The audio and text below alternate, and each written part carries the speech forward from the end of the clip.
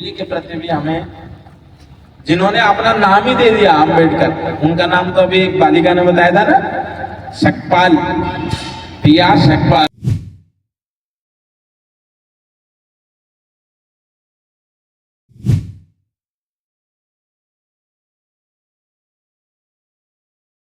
परिवार में हुआ था। उनके पिताजी का नाम रामजी मालोजी सकपाल, जो कि सेना में सूबेदार थे, और माताजी का नाम भीमाबाई था।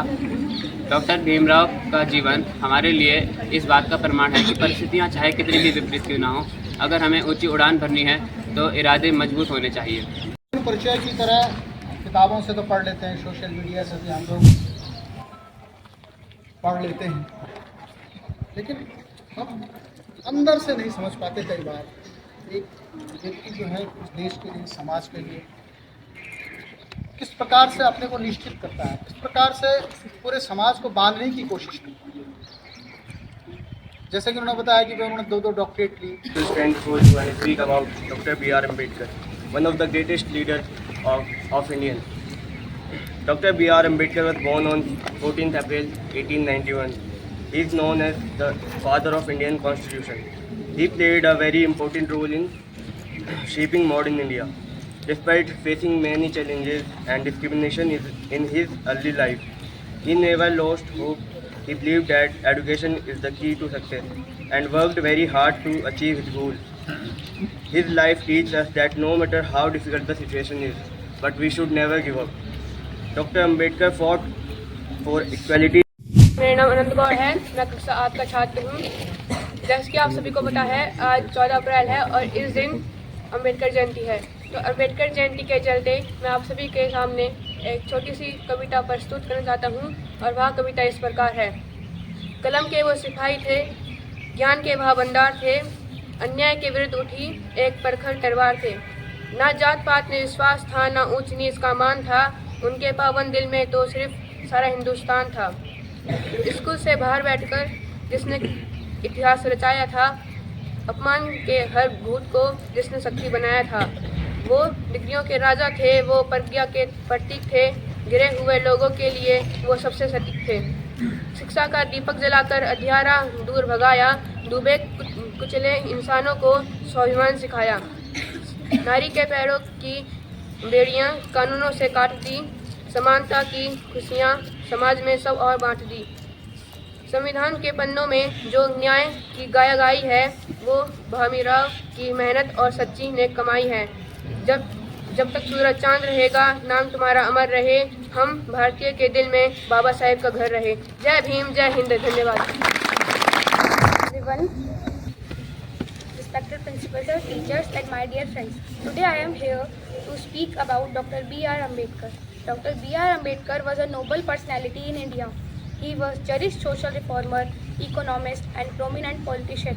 He fought against social discrimination in India and fought for the emancipation of the Dalit community.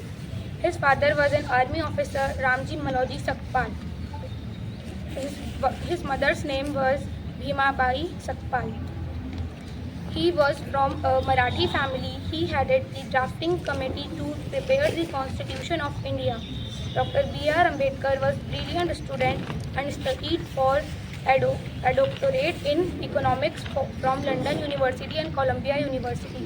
He was a scholar and a very well-reputed person. Dr. B.R. Ambedkar was born on 14th April 1891 at Mahoo near Indore, Madhya Pradesh, and died on 6th December 1956 at Delhi.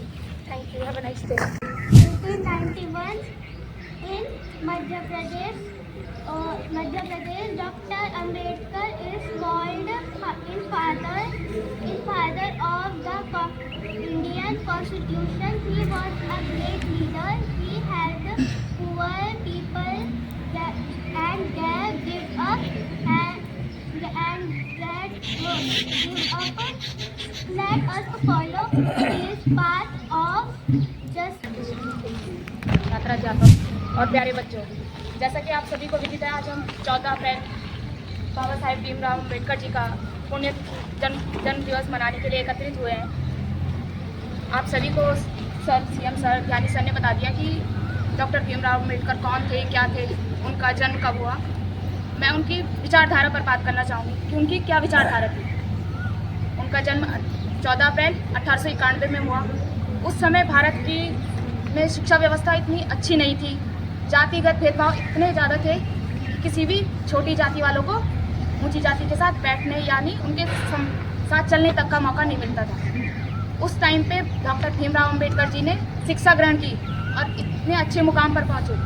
उन्होंने Colombia university से और London school of economics से doctorate की उपाधियाँ प्राप्त करी। उस समय में उन्होंने कितनी बड़ी मुश्किल से अपनी शिक्षा ग्रहण की। मैं एक छोटा वाक़या बताना चाहूँगी आपको। जब वो स्कूल में पढ़ते थे तो उन्हें अंदर स्कूल के कमरे में अंदर आने तक की भी इजाज़त नहीं थी। उन्हें बाहर बैठकर वो सारी चीज़ें समझनी होती थी जो टीचर अंदर पढ़ा रहा होता था। ना उन्हें कुछ बच्चों से बात करना होता था, ना कुछ नहीं, बाहर बैठकर उन्हें पढ़ना होता था। तो भीमराव अंबेडकर ने अपनी इतनी संघर्षों के बाद अपनी शिक्षा ग्रहण की और आज के समाज को, आज के बच्चों को समान शिक्षा का अधिकार दिलवाया। उन्होंने अस्पृश्यता का अंत का कानून एक बताया है जो हमारे संविधान में लिखित है। इसी के कारण आज हर बच्चा समान शिक्षा लेता है। उनकी दूसरी विचारधारा थी संगठित रहो, संगठन। आप सबको पता है ना कि एक लकड़ी अकेली रहती है तो टूट जाती है ना तुरंत, पता है ना। और अगर 4-5 लकड़ियाँ एक साथ रखो, उनको तोड़ने की कोशिश करो तो टूट जाती है क्या? उनको ताकत लगती है ना। यही क्या पावर होती है? यूनिटी की पावर, हमारी एकता में शक्ति। जब भी कोई गलत काम होता है, गलत चीज़ें होती है तो हमें क्या करना चाहिए? संगठित रहना चाहिए। आत्मविश्वास रखो मन में और संघर्ष करो। इसी पे एक वाकया है कि उनका जब वो किसी रेलवे स्टेशन से उनको अपने घर जाना था और शाम का समय था और जाने के लिए उनके पास बैलगाड़ी नहीं थी या फिर उनको कोई साधन नहीं मिल रहे थे। क्यों? क्योंकि उनको छोटी जात के थे, भेदभाव होता था उस समय में। उनको क्या कहा गया? हम तुम्हें अपनी बैलगाड़ी में नहीं लेके जाएंगे।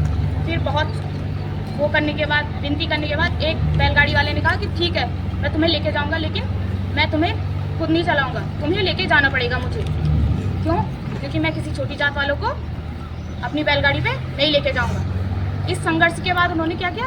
रात भर बैलगाड़ी चलाई, सुबह अपने घर पहुंचे, संघर्ष किया। उन्होंने क्या किया? संघर्ष। यही वो आपको भी करना है कि अपने किसी भी जुर्म, किसी भी बुरी चीज़ के खिलाफ संघर्ष करना है आत्मविश्वास के साथ। ठीक है? उनका प्रमुख नारा क्या था? शिक्षित बनो, संगठित रहो और संघर्ष करो। अपनी शिक्षा पूरी करो, चाहे किसी भी परिस्थिति में रहकर अपनी शिक्षा को पूर्ण करना है, पढ़ाई करनी है, संगठित रहना है, जुर्म के खिलाफ एकता बनाए रखनी है। ऐसा नहीं कि उसका बुरा हो रहा है तो होने दो, हमारा क्या जा रहा है, ये भाव मन में नहीं लाना है। अपनी मेधा है, सबकी अपनी अपनी बुद्धि है, लेकिन छात्र को ऊंचाई प्रदान करना और ऐसी ऊंचाई प्रदान करना कि इंसाइक्लोपीडिया ऑफ इंडिया कहा जाता है बी आर अम्बेडकर साहब। तो उनके गुरुजी के प्रति भी हमें, जिन्होंने अपना नाम ही दे दिया अम्बेडकर, उनका नाम तो अभी एक बालिका ने बताया था ना, सकपाल, बी.आर. सकपाल, लेकिन बाद में उनका नाम क्या हुआ? भीमराव अंबेडकर। अंबेडकर उनके गुरुजी थे। तो छात्र की प्रतिभा को पहचानना, छात्र की मेधा को जानना और उसको आगे बढ़ाना, ये गुरुजी की है। और न केवल श्रद्धा बल्कि कर्म को दर्शाता है कि हम कर्मनिष्ठ होकर के कैसे आगे बढ़े। तो बी.आर. अम्बेडकर साहब स्वयं में, उनने, आपने बहुत सारी बातें बताई, बच्चों ने बताए, आदरणीय सीएम सर ने बताई। दरअसल इतने किताबें लिखने, इतना विद्वता रखने के बावजूद, और जैसे कि कहा भी है कि जिसने संघर्ष किया जीवन में वही आगे बढ़े। जो संघर्ष के समय खड़ा होगा वही आगे बढ़ा होगा। उन्होंने 3 चीजें कही। उन्होंने कहा समता, स्वतंत्रता और बंधुता। इन 3 चीजों पर उनका फोकस था। अभी 12वीं कक्षा में आप पढ़ेंगे, बी.आर. अम्बेडकर साहब का पाठ भी है 12वीं वाले, लेकिन जो बच्चे अभी 6, 7, 8 में हैं, ये जब आगे पढ़ेंगे उनकी बहुत सारी किताबें हैं, अथाह सागर है ज्ञान का। हम हैं, लेकिन क्या हम वैचारिक रूप से स्वतंत्र हैं या नहीं है? वो सबके लिए है। किसी भी जाति का हो, किसी भी मजहब का हो, कोई भी व्यक्ति हो, क्योंकि हम तो पूरे वसुधा को, सारे संसार को एक वसुधा के समान मानते हैं ना, वसुधैव कुटुंबकम, कुटुंबवत मानते हैं। और अगर ऐसे ही होता, समानता का भाव होता, बंधुता का भाव होता, तो इतना देशांतर में युद्ध चल रहे हैं ये नहीं होता। तो उनको ये चिंता थी, तभी उन्होंने ये चीजें लिखी कि समता और स्वतंत्रता और बंधुता। तो BR अध्ययन करते करते स्वयं में अध्याय बन गए।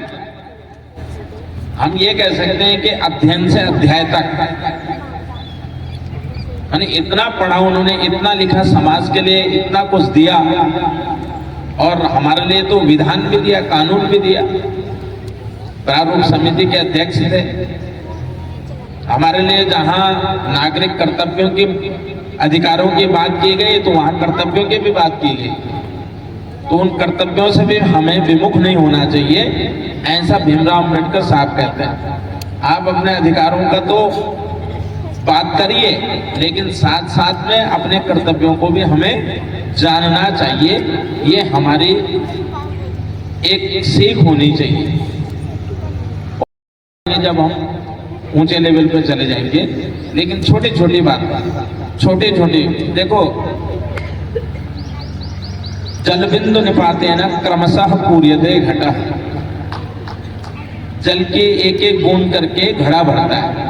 तो ऐसे ही हम ऐसे महापुरुषों के एक एक ऐसे विचार जो हमको आगे ले जा सके, उन विचारों को जब हम आत्मसात करेंगे और जीवन में आगे बढ़ेंगे, तो निश्चित रूप से हम मार्ग है, उस मार्ग की ओर हम आगे बढ़ेंगे और राष्ट्र को, स्वयं को और समाज को आगे बढ़ाएंगे।